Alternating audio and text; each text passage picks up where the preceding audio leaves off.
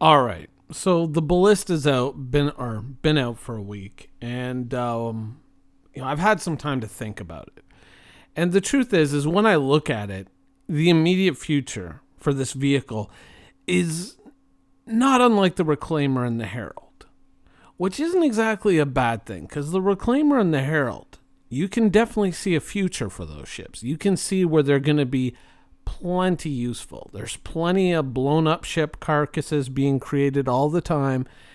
And, there's plenty of hacking missions and obviously going to be a lot of people looking to erase crime stats. So the Herald might have a very interesting future. And the Ballista is a vehicle that I consider to be somewhat in that category. A hell of a potential, just not a potential that I think is anywhere near being fully realized right now.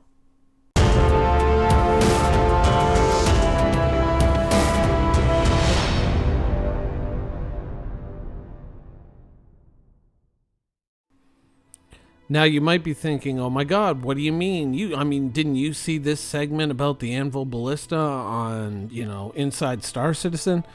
They were talking about all the things that people are going to do with it. They're going to be denying access to Jumptown, possibly, or other places like that. It sounds great, sounds fine, and in the future, yes, quite possibly, this could be a very strong area denial weapon. This could be a great weapon for, let's say, you want to go to a ground mission site and you want to kind of protect yourself from air attack, but you maybe don't want to park your ship right there. So you park it some ways away and then drive the rest of the way in with you and your friends, your troops, whatever. You raid the base, you have someone staying up in the truck to protect things, and then you get whatever you need to get, you get out. Maybe you're building a factory in the future, you want to build a drug lab, you want to build a legitimate factory for legitimate goods or refining ore or whatnot, you want to defend it. Doesn't look like it's going to be too bad of an asset. Now, we do know that there are going to be kind of fixed emplacements that you can put into your base like this. So, not something that is absolutely required, but it may be something nice to have to supplement those defenses if you don't want to kind of build all out, but you maybe know an attack is coming. And so you want to kind of beef things up real quickly. Probably a bad thing to have around. There's a lot of practical usefulness in a vehicle like this, even just as a ground transport, It's not a bad vehicle. I was kind of hoping that it was going to be articulated between the front and the rear, but, seeing that right now is not the case, kind of a minor disappointment there. And when I say minor, I do mean minor. And you guys know how much I nitpick things. So if I really kind of felt that, oh my God, end of the world, I would say it. But, that's the thing about this terrain is there's so many different ways to approach it and so many different ways to cross it. Yes, certain areas may become inconvenient to you, but it's, when you're talking about an entire world as your game world, it's not like there aren't going to be alternate routes to get to where you're trying to go. So overall, it's a completely solid design. It's going to face some hurdles in becoming fully, it's drivable, it's ready to be played right now, but it really to be employed, to be used, there's a few humps we have to get over first. The main problem, of course, is getting it to the battlefield. Now, there may be other ships. I would say that the Carrack is a strong contender to deliver it to the battlefield, possibly, but that is not a guarantee. But the real obvious one is the Starlifter. The Starlifter is the standout military vehicle transport. This thing is meant to transport things like the Nova tank, which share roughly the same dimensions as the Ballista. So this is probably where you're going to get your real transport capability from, though other ships may in the future be able to do it as well. This is the one that we kind of know for sure. But the Starlifter has a problem. And that problem is this ship, the Star Runner. Because when Crusader Industries ships start being built, and they haven't been built yet, there's got to be a front runner.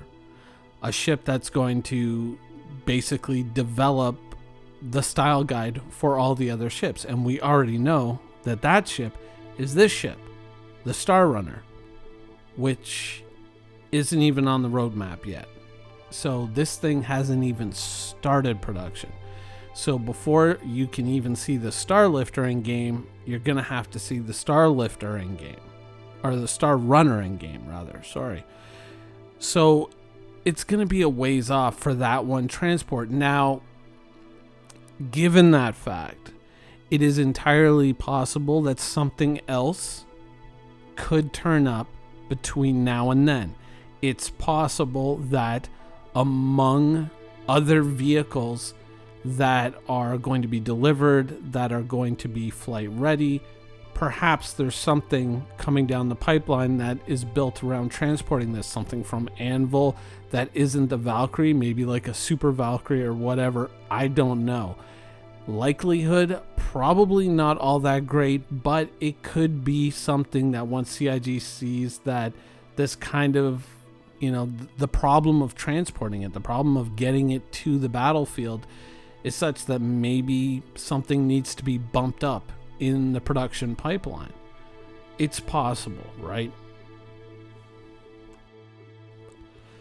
So unfortunately, until we know more, really for the time being, it's a great vehicle with a lot of potential, but unfortunately, unless you're willing to make long voyages across the surfaces of moons to take it to places where you want to actually engage in combat, like drug labs or mission locations, unless you're willing to really kind of do like Matt Damon in The Martian type journey across an alien world, it's going to remain kind of like a fun toy, but otherwise not really all that consequential in the universe. Probably more something to annoy players with rather than something to actually get some decent gameplay done with. The carrot could change that. Truthfully, the carrot could change that, but for right now, it's a great vehicle, but most of its real potential and usefulness is probably not going to be realized for quite some time.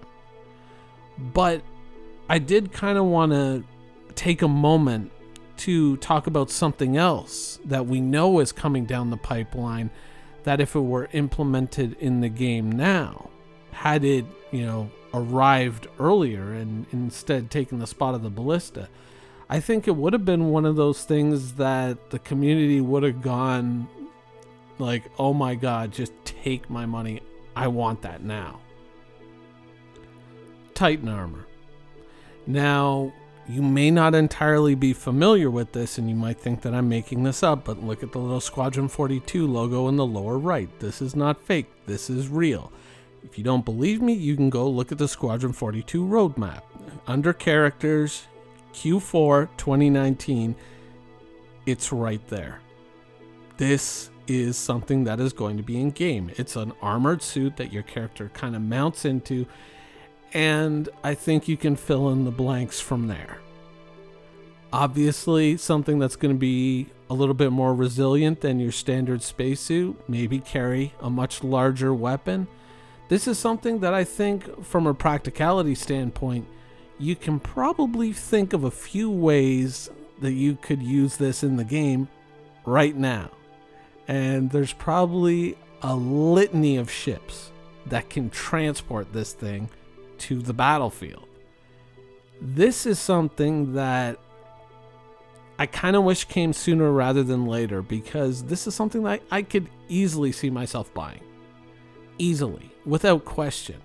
The first time I saw the concept art for this a few years ago, when they first kind of showed it to us, and it was just very rough, it was just some drawings. It wasn't really even like a 3D model or anything at that point. I was just like sold, just have the concept sale. This is something that you could put out there with different styles of armor, or different, styles of paint job, different types of camo on it. And this is something that I think kind of sells itself, even in the game right now. It's in a unique position where it's immediately useful. And something that I think a lot of players would say is very, very welcome. instead of your player or your character rather having a heart attack because they're having to carry all this heavy armor around with them wherever they go out on the battlefield, now the armor carries them. Now maybe you can't walk around in the middle of Area 18 or Levski with this, but when you're out on the surface of a planet or you're assaulting a bunker and doing one of those missions, or maybe you're having to carry multiple crates of, drugs to load them up on the elevator and get them out of there, this looks like it'd be pretty handy in that regard. Honestly, I kind of wish that this was the sail that we were talking about. And this is something that, when they kind of talked about flight ready stuff, I really kind of felt that this is where it was going. I really thought that this was something that we were going to see on sale within the year. I was watching it on the roadmap and I was just like, man, like this kind of seems like a bit of a no-brainer to me. It really seems like something that someone would just go, of course we're going to sell this. And I really hope that they do, because my sale is already guaranteed. Ultimately, I think that the Ballista is going to become one of those vehicles that it's fun to play around with here and there. Maybe cause a little bit of mischief around Shubin or R-Corp, possibly. I don't know. We'll have to kind of wait and see. But I don't think that it's a bad idea.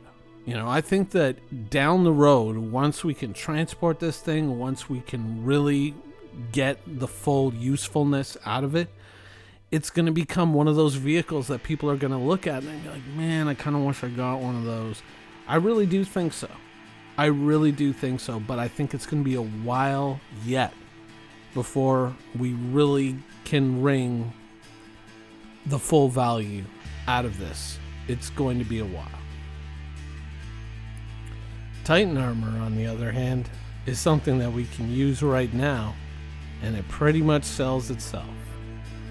Just saying.